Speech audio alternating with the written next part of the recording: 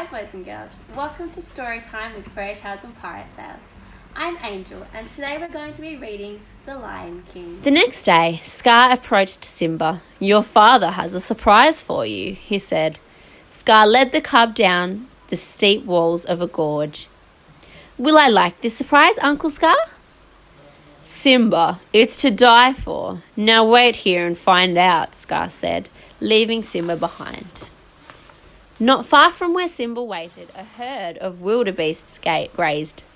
Not far from the herd, 3 hyenas waited, too. They were waiting for a signal from Scar. Shenzai saw him first. "There he is! Let's go!" The hyenas ran towards the wildebeests. Sensing danger, the herd panicked and stampeded into the gorge, straight towards Simba. Nearby, Mufasa and Zazu noticed the dust rising from the gorge. "Mufasa!" Scar yelled, appearing from behind a rock. "Quick! Stampede! Simba's down there!" With no thought for his own safety, the Lion King leaped into the gorge and snatched the cub out of the path of the deadly hooves.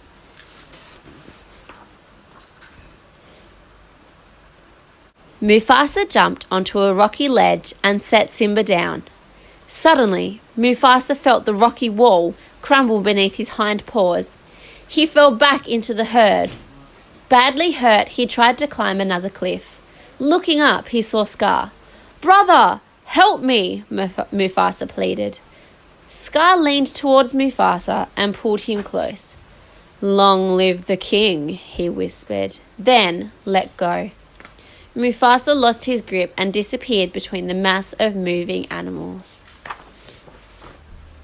Unaware of what Scar had done, Simba saw his father fall. When the wildebeests were gone, the cub raced down into the dust-filled gorge. There, Simba found his father. He nuzzled the motionless body, but the great Lion King was dead. Scar appeared beside Simba. "What have you done?" he said.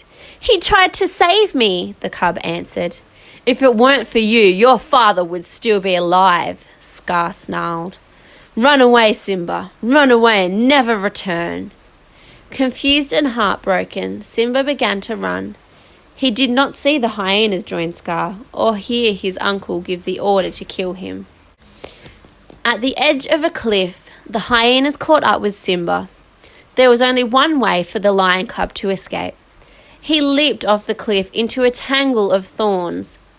The hyenas did not have the courage to follow.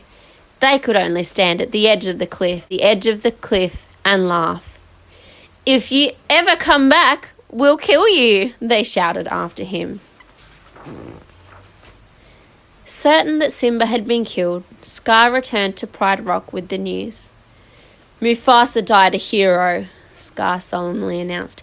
"He gave his own life to save his son, but alas, both are dead." Sarabi, Nala, and the other lionesses began to mourn. Scar slowly ascended Mufasa's throne. "It is with a heavy heart that I become your new king." Rafiki, shaking his head in disbelief, watched from a distance. Injured and exhausted by his flight from the hyenas, Simba stumbled across the hot African wasteland. Above him, against the blazing midday sun, vultures circled. Unable to go further, Simba fell to his knees and fainted. When Simba opened his eyes again, the burning sun and the vultures were gone, but a meerkat and a warthog were standing over him. "You okay, kid?" said the meerkat. "You nearly died," said the warthog. "We saved you." "Thanks for your help," Simba replied. He stood on wobbly legs and started to leave. The meerkat called after the shaky cub. "Where you from?" "It doesn't matter," Simba said quietly. Then he admitted, "I did something terrible, but I don't want to talk about it." "Then you're an outcast," cried the meerkat. "So are we. My name is Timon, and this is Pumbaa. My advice, kid, you gotta put your past behind you. No past, no future, no worries. Hakuna Matata." With nowhere else to go, Simba followed Timon and Pumbaa to their jungle home. As Timon handed Simba some wriggly bugs to eat, the meerkat repeated, "This is the great life. No rules, no responsibilities, and best of all, no worries." Time passed. In the carefree company of his new friends, Simba grew into a young lion. One night, while the three of them were gazing at the stars, Simba said, "Someone once told me that the great kings of the past are up there, watching over us." Pumbaa and Timon laughed. "Who would have told you a crazy thing like that?" said Timon. Simba, thinking of his father, was silent. The next day, as Simba was wandering through the jungle, he heard his friends shout for help. Simba hurried towards the sound. Pumbaa was caught beneath the trunk of a fallen tree, and Timon was trying to protect him from a hungry young lioness. As she leapt, Simba threw himself forward and knocked the lioness aside. For a moment, they tussled. Then the lioness pinned him to the ground and stared down at him. "Simba?" she said hesitantly. "Nala," he replied. Timon cried, "What's going on here?" Simba laughed and introduced Nala to his friends. She smiled politely, but she could not stop staring at Simba. Finally, she said, "Everyone thinks you're dead." "They do?" Simba said.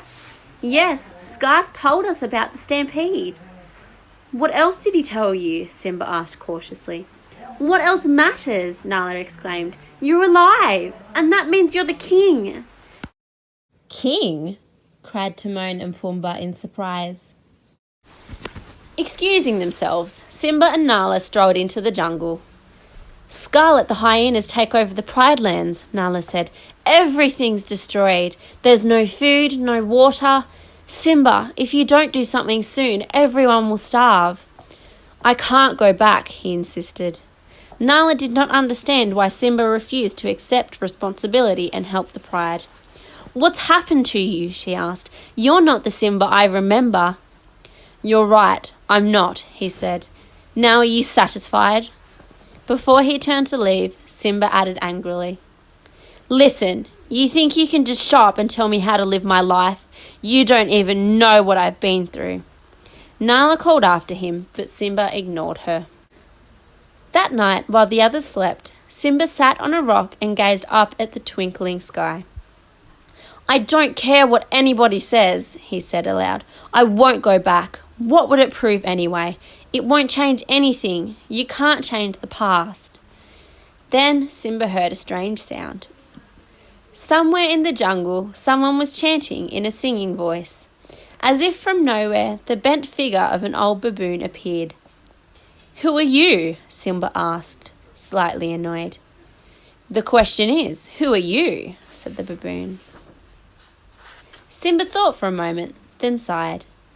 The old baboon said, "I know your father." "My father is dead," Simba replied. "He's alive. I'll show him to you. Just follow old Rafiki. He knows the way." The old baboon led Simba to a clear, smooth pool. "Look down there," Rafiki advised. In the pool, Simba saw only his reflection. "Look harder," the baboon insisted. A breeze rippled the water. When the pool became still, Simba stared at the face of his father. "You see," Rafiki said, "he lives in you." Simba heard a voice call his name, and he looked up and saw the image of his father in the stars. "Look inside yourself, Simba," said the father's image. "You are more than what you have become. You must take your place in the circle of life. Remember who you are. You are my son and the one true king. Remember." The vision faded. Simba remained alone, thinking. The next morning, Nala, Timon and Pumbaa looked all over for Simba. Finally, Rafiki caught up with them. "You won't find Simba here," said the baboon. "The king has returned." Timon asked, "What do you mean?" "He's gone back to challenge his uncle," Nala exclaimed. Ahead of them, Simba moved swiftly towards Pride Rock. As he crossed over into his homeland, he saw ruin and devastation everywhere. For a moment, Simba hesitated. Then he felt a fresh wind and saw rain clouds gathering on the horizon. With renewed hope, he continued his journey. Soon Nala joined him, as did Pumbaa and Timon. Pumbaa and Timon stayed behind to divert the pack. Nala went to find the lionesses, while Simba forged on alone in search of his mother. Meanwhile, at Pride Rock, Scar reigned without shame. "Where is your hunting party?" he shrieked at Sarabi. "There is no food," she replied. "The herds have moved on. We have only one choice. We must leave Pride Rock." "We're not going anywhere," he growled. Sarabi replied, "Then you are sentencing us to death." "Then so be it. I am the king and I make the rules." "If you were half the king Mufasa was," Sarabi began. Enraged, Scar struck her and she fell. A tremendous roar echoed among the rocks. Scar whirled around and saw a great lion before him. "Mufasa?" he said, gasping. "No, it can't be. You're dead." Weak and delirious, Scar backed away from the ghost. "What do you want?" he cried. "Why are you here? Go away! Go! Leave me alone!" Although many years had passed, Sarabi still recognized her son. "Simba," she said quietly, "you're alive." "Simba?" Scar exclaimed. Then he glared at the hyenas who had failed to kill Mufasa's boy. "This is my kingdom," Simba proclaimed. "Step down, Scar." Scar laughed. "Well, I would, of course, but there is one little problem." He gestured towards the hyenas. Quickly, the hyenas swarmed over Simba. "Enough!" Scar finally cried. The hyenas drew back, providing a clear path for Scar to approach Simba, who struggled to avoid falling to his death. Scar sneered. "Where have I seen this before? Oh yes, I remember. That's just the way your father looked before I killed him." Gathering all his strength, Simba leapt towards his uncle. As they fought, Scar ordered the hyenas to help him. Moments later, Nala and the lionesses arrived, along with Timon and Pumbaa. As the groups clashed, lightning struck the dry grass of the flatlands. The wind, now fierce, swept huge flames towards Pride Rock. During the battle, Simba became separated from his uncle. Then Simba saw Scar crawling up Pride Rock. Simba dashed up the steep face, dodging fire and smoke. This time, he trapped Scar at the edge. "Simba, you don't understand," Scar insisted. "I didn't kill your father. It was the hyenas. They are the enemy. Now that you're back, together we can defeat them." "Run away, Scar," Simba commanded, repeating the advice his uncle had once given him. "Run away and never return." Scar started to slink away, but then he turned and lunged for Simba. Acting swiftly, Simba hurled Scar off the cliff. The sound of hungry hyenas drifted up from the gorge, revealing Scar's awful fate. As rain began to fall, Simba climbed to the top of Pride Rock. Then the clouds parted, revealing a star-filled sky. Simba roared triumphantly, and all who heard him reacted with joy. Soon, under the rule of a wise and brave king, the Pride Lands flourished, the herds returned to graze, and food was plentiful once again. Soon the animals gathered once more to celebrate the birth of a king's son. Simba and Nala watched proudly as Rafiki held their new cub high over Pride Rock. As the morning sun touched the African plain, Simba thought of something his father had once told him. A king's time as ruler rises and falls like the sun.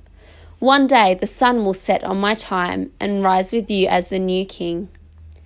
Someday Simba would pass on these same words to his own son, continuing the unbroken circle of life. The end. Thanks so much for listening. Bye!